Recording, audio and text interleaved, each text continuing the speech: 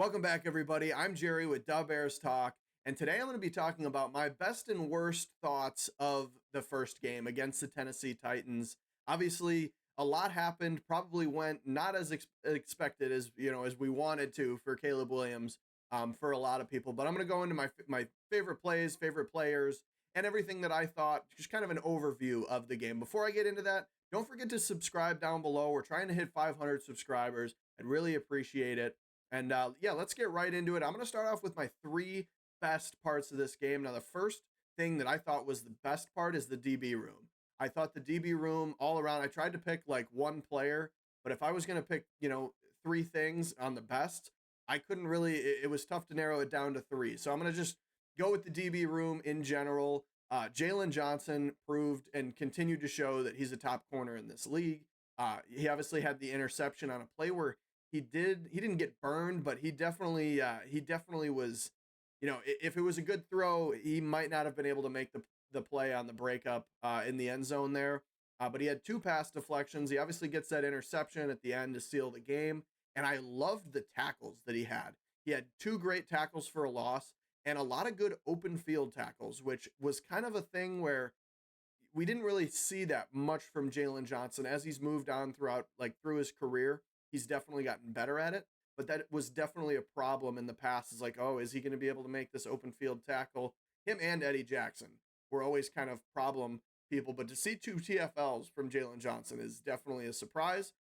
But I'm hyped about it. We have the Tyreek Stevenson pick six. Obviously, that was huge. Just kind of on a big mistake by Will Levis, who did make a lot of mistakes in this game. But great play by him. He, another favorite of the DB room from this game. Just played good coverage. For the most part, obviously there was some misses and a couple times, but overall, I think getting that pick six was kind of huge. Recognizing it, even the receiver didn't recognize what was going on with Will Levis. So for him to recognize that, make the effort to jump it, and then just cruise into the end zone was huge. And then the last highlight that I want to make of the DB room was Jaquan Brisker and his tackling ability on a lot of areas where we saw, Tremaine Edmonds struggling to make some tackles. The speed in the backfield of Tennessee was definitely making the defensive ends struggle, not really able to contain as well as you would have liked, or even, shooting the gaps. They were able to get Tony Pollard had a great day, and I was not expecting that. I kind of expected, there's going to be a fall off. They're going to have to change the style of the offense, losing Derrick Henry. Instead, Tony Pollard has a great day and makes it difficult. But Jaquan Brisker did a great job of kind of being that final line of defense and making those tackles to prevent massive touchdown runs. Obviously, Pollard still had the one big touchdown run, but he had a couple other saving tackles. So I wanted to highlight Brisker too. Also having the second most tackles in the game at 10, which is usually not a good thing. That usually means that the running back is either getting down the field or if maybe he's getting tackles on like coverages, but typically not the case. Next, I originally wanted to just highlight Andrew Billings because I was really hyped about Andrew Billings and how good of a job he did. And I started looking, at a couple of the highlight plays of the game, and then I realized Darrell Taylor was phenomenal in this game as well. Kind of flew under the radar a little bit, but he made a lot of great plays and was the reason that we were pushing the Titans back, getting two tackles, two TFLs, and that was huge for him. And then I also wanted to highlight the Daniel Hardy block. We talked about Daniel Hardy and his everything you need to know about video, and I really wanted him to be a lock to make the roster. And he had actually blocked a few punts in college, and that was kind of his big thing. Or it was either punts or field goals. I can't remember right now, but he was dominant on special teams. In week one, he goes out and blocks the punt, and it ends up in a touchdown for Jonathan Owens. So a huge, not putting him in the highlights also, by the way, for the DB room. Jonathan Owens was fine. Good move, picking up the ball, securing it, taking it to the end zone. But no need to highlight Jonathan Owens in this game. But then back to Andrew Billings. Stat line really doesn't show the effect that he had. I wasn't able to find any statistics on his pressures, but his presence was felt. And Will Levis multiple times would have to scramble out and roll out, and it was because of Andrew Billings. He was in the backfield early and often, and really putting the pressure on the quarterback, which is not what he's used to doing. Andrew Billings has definitely always been this guy where he just kind of sits down in the middle and reads which gap so he can stop the run and try to get into the backfield. But he was an absolute dominant force, even on certain times where he's up against Skaronski. He was able to get around and make big plays. So he's probably like one of my top players if I was to highlight like a certain player.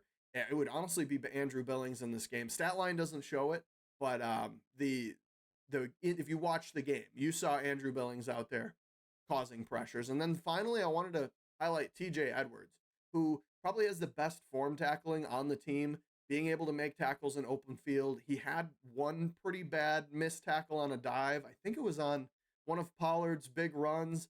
But so that big struggle there. But TJ Edwards also had 2 tackles for a loss. And then, like I said, led the team with 15 tackles. Did a great job. I'm going to need to see more from Tremaine Edmonds, though. He hasn't really done anything to shine. He's not going to be in my worst, but just really wanted to highlight TJ Edwards for doing a great job. And those are my top 3 best. Like I said, DB room, mainly Andrew Billings, but kind of the defensive line in general. And then TJ Edwards. Obviously, if you watch the game, you realize why all my bests are defense and special teams. And it makes a lot of sense. Now on to my worst, which is not a surprise that it's offense at all.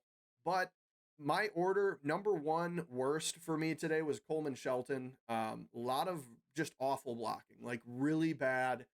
Just getting completely dominated. Now, granted, Jeffrey Simmons and Tavondre Sweat is not necessarily an easy day, but he got put on his back many times. He got twisted and turned around, and there was the one play where he decided to triple team Jeffrey Simmons and then missed Harold Landry, and he got an open shot right to the quarterback, which kind of ruined the play, and it just turned out really bad. And it was mainly because of Coleman Shelton. Obviously, the whole offensive line is probably going to end up taking the hit. But if you watch the game, you saw that Coleman Shelton was a part of the problem often. And I think the one thing that you can say that's good is all the snaps were good. We had problems in the past with the center snapping the football. That's the only reason I mentioned that there. But Coleman Shelton definitely is the worst, number 1 worst for me today with his performance. Number 2, I got to give it to Velus Jones Jr. just because his whole thing for these past few years has been just secure the ball. When you catch the ball, just hang on to it. Don't fumble it. And what does he do on a kick return? He drops it. And he kicks it forward, and it ends up giving the Titans the ball. And would have been looked at if we didn't make that great defensive comeback. It would have been looked at as the reason that we lost the game because um, Caleb Williams didn't make any game-changing mistakes this game. Obviously didn't look the greatest, but Velus Jones, that turnover was really a big game-turning turnover.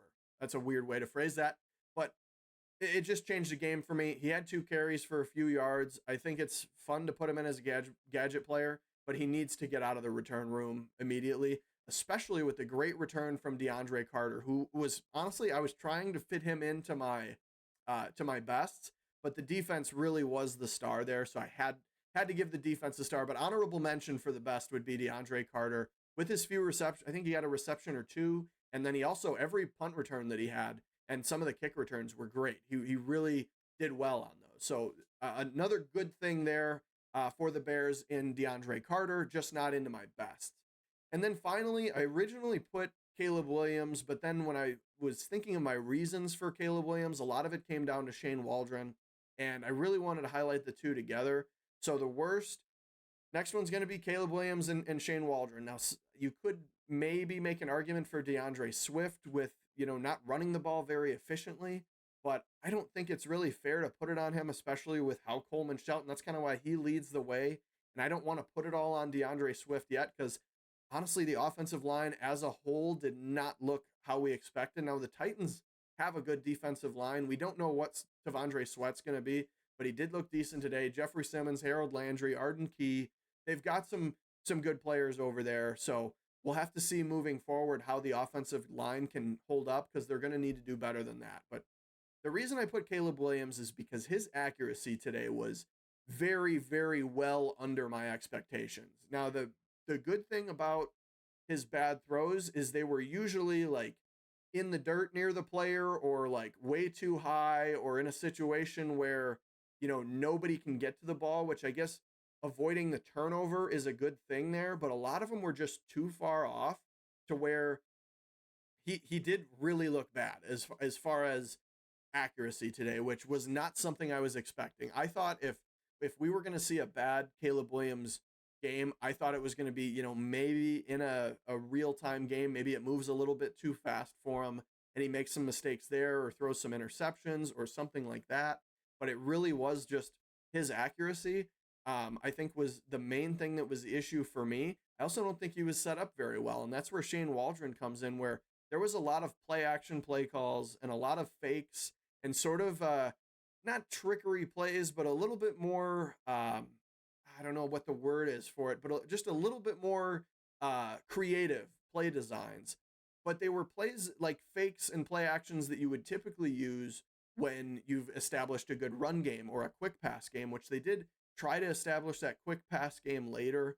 Um, Now, I'd also like to mention between Caleb Williams and Shane Waldron, there was a couple costly drops. Like there was a Keenan Allen drop that was pretty bad, and there was a catchable ball, I think, also to Keenan Allen.